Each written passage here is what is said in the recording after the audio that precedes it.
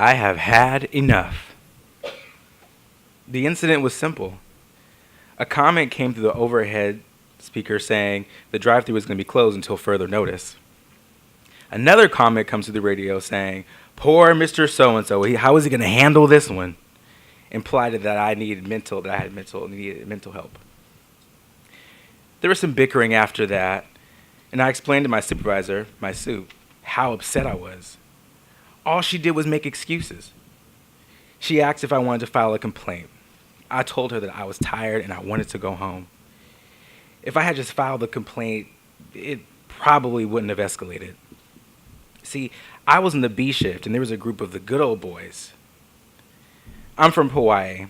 If I don't like you, I don't like you. It has nothing to do with your ethnic background.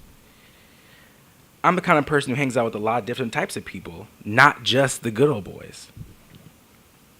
I would come to my truck after work and I would find bones from chicken wings on the hood of my car. Of course, when seagulls land on my pickup, brand new and polished, they would eat the bones and they would scratch the paint. If it was just poop on the car, I could just wash it off. But they scratched up your car, so there's not much you can do. So I went out and bought a car cover.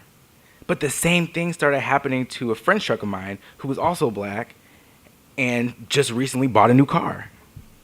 So many microaggressions. You tell your supervisor, but they don't want to hear it. One time, I was outside and one of the good old boys came up to me and told me that I should not talk to a black woman who I'm friends with at work. I had to tell him I could talk to whoever I want to. I started keeping notes on how they would retaliate towards me over the next 3 years.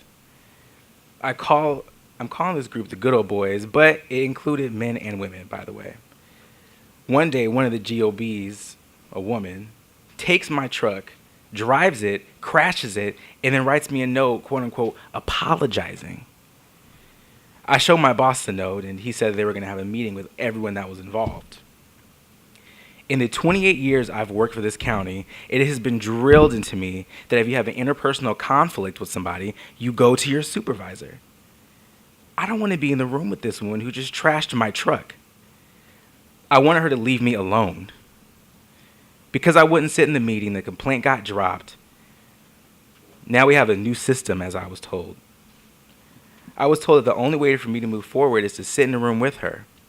I do not want to sit in the room with her because I didn't feel like it would go anywhere. Sorry in that context meant nothing. I just wanted to avoid her. If I don't like somebody, I'm going to walk a mile to avoid them. All I really wanted was to be left alone. It's my first job in my life where I had to write down when something wrong goes against me. Bottom line, I had changed shifts from the B shift where I was number 3 to the A shift where I was number 5 and lost seniority to avoid the hassle and frustration.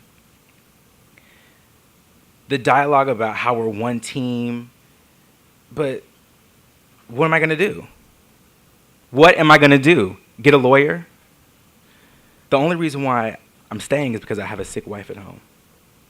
If you guys are going to practice equality and social justice, take the paperwork and shred it.